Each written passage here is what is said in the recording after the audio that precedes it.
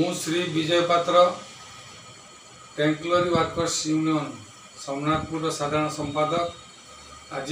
जनवाक चाहूँ जे सोमनाथपुर में 3टी तेल डिपो रही बीपीसी एचपीसी आईओसी आईओसीएल तार प्रशासक जे रही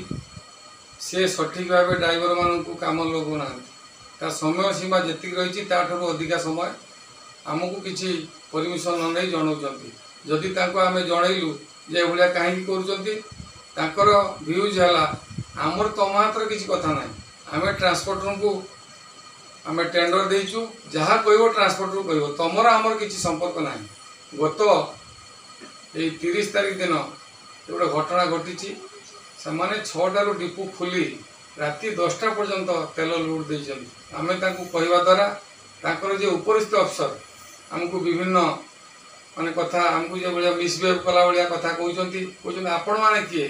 जेपर्यंत तेल आमर इंडियन थी से पर्यंत तेल लुट हम तेणु यह हूँ माने आमर ड्राइवर और हेल्पर मान को शोषण करटा कि बेआईन कथा तेणु आम आपको सठिक भाव चलवाई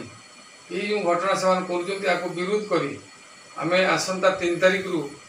कहीं गाड़ी रिपोर्ट हम ना यूनियन निष्पत्ति कर अनुसार आम मालिक मान को लिखिक देचु जे आम कथा बुझंतु कहीं इंडियन ऑयल कहे आमर तुम हाथ किसी कथा ना मालिक मान कहतु तेणु आम मालिक को लिखिक देचु तार copy collector local police station ता सहित इंडियन ऑयल को भी जन तेणु ये कथा समाधान न हवा पर्यंत